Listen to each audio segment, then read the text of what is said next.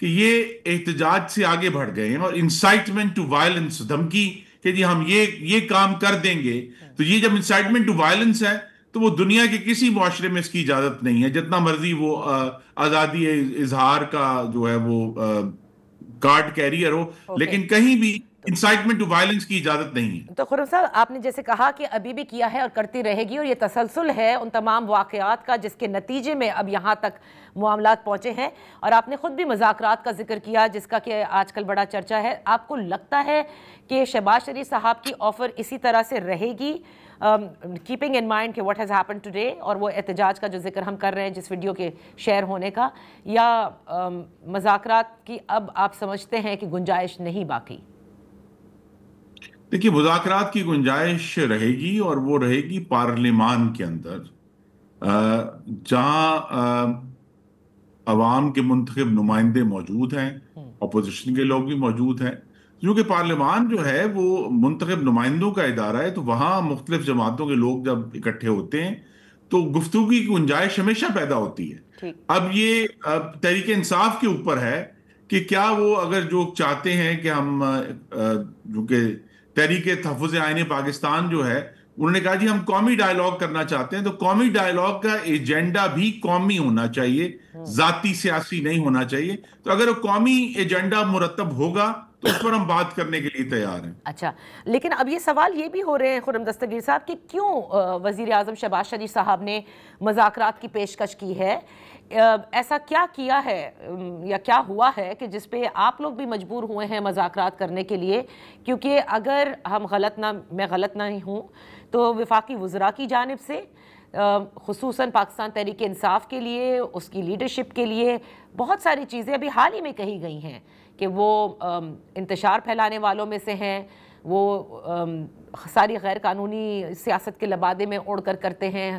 یہ ساری باتیں ہوئیں، D G I S P R نے ادارے کا پورا پرسپیکٹو دیا جس میں انہوں نے اینٹی اسٹیٹ کا ورڈ یوز کیا، نیشنل سیکیورٹی کو تھریٹ قرار دیا۔ تو سوال یہی ہے کہ واٹ از دی ریزن کہ اب آپ لوگ ان سے مذاکرات کے لیے تیار ہیں؟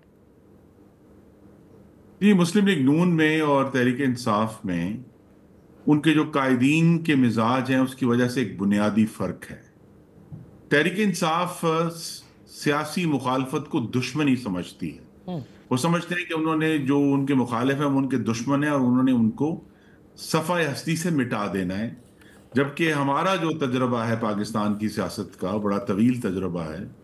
ہم مخالف کو مخالف سمجھتے ہیں جس کے ساتھ ہمیں کو ایگزسٹ کرنا ہے، مخالفت بھی کرنی ہے، الیکشن بھی خلاف لڑنے ہیں، لیکن کو ایگزسٹ کرنا ہے اس لیے کہ اس کو بھی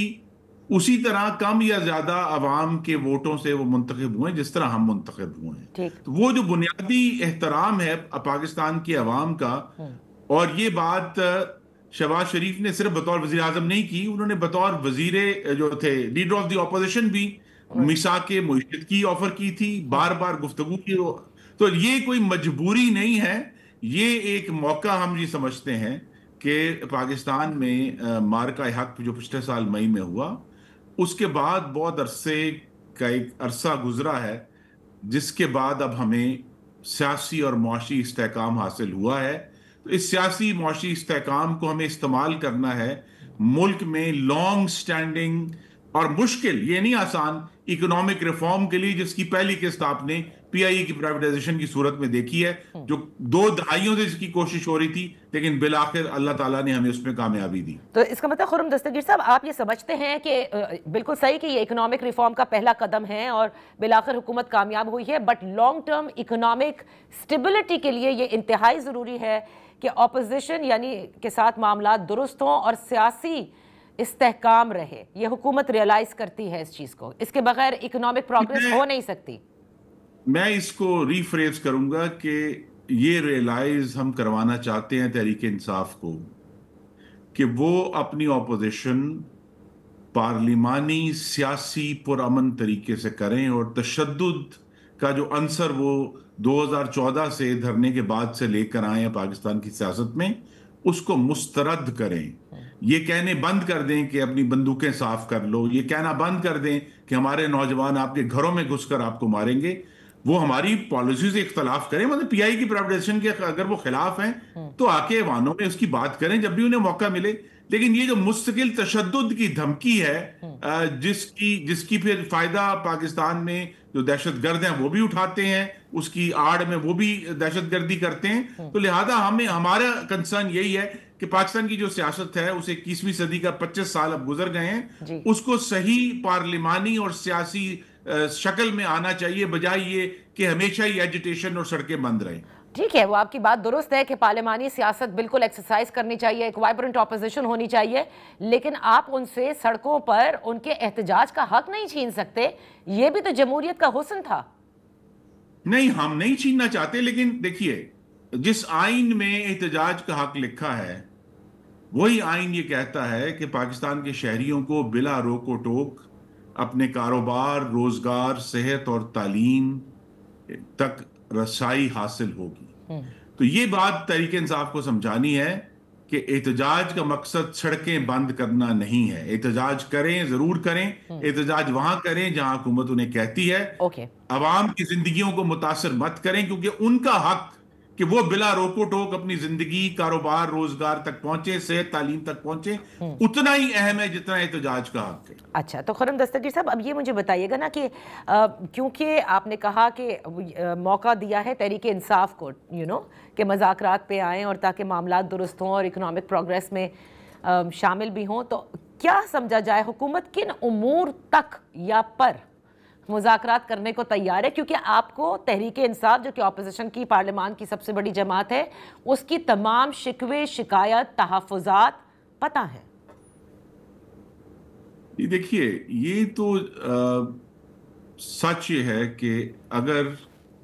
اچھی نیت سے آغاز ہو جائے تو پھر تمام مسئلے ڈسکس ہو سکتے ہیں، لیکن میں پھر کہوں گا کہ قومی ڈائیلاگ کا آغاز قومی ایشوز پر ہونا چاہیے۔ دہشت گردی پر ہم سے بات کریں، وفاق اور صوبوں کے تعلقات پر بات کریں، پاکستان میں نیا روزگار پیدا کرنے میں جو صوبوں کا کردار ہے اس پر بات کریں، الیکشنز کے اوپر قانون سازی کرنی ہے اس پر بات کریں، اور کیا پاکستان کی جو سوشل مسائل ہیں کیا وہ ختم ہو گئے ہیں، اس پر گفتگو نہیں کرنی انہوں نے کہ بھئی پاکستان میں خواتین کے حقوق ہیں، مائنورٹیز کے حقوق ہیں، جو انہوں نے کی 13 سال سے خیبر پختونخوا میں حکومت ہے، کیا انہوں نے کوئی سبق حاصل نہیں کیے کہ ہمیں کس طرح اپنا امن و امان بہتر کرنا ہے، یا صحت بہتر کرنی ہے، یا تعلیم؟ اور اگر انہوں نے سبق نہیں حاصل کیے تو پھر دوسرے صوبوں سے یہ سبق حاصل کر سکتے ہیں۔ لیکن یہ سارا جو ڈسکشن ہے، عوام کی فلاح کی ڈسکشن اگر کرنی ہے تو اس کے لیے ہم ہر وقت تیار ہیں، اور ہماری ترجیح وہی ہے۔ یعنی اپنے کیسز کے حوالے سے بات نہیں کرنی، عمران خان کی رہائی کے حوالے سے بات نہیں کرنی؟ نہیں کہتا جو بات نہیں کرنی اس کی ممانعت نہیں ہے، لیکن ترجیح عوام کے معاملات کو ہونی چاہیے۔ جب عوام کے معاملات کی ترجیح ہوگی تو ان مذاکرات کی ساکھ بھی بہتر ہوگی، اور پھر کچھ عرصے بعد دوسرے ایشوز کو ڈسکس کرنے کا دروازہ بھی کھلے گا۔ خرم دستگیر صاحب، یہاں وقت ہوا ہے ایک بریک کا۔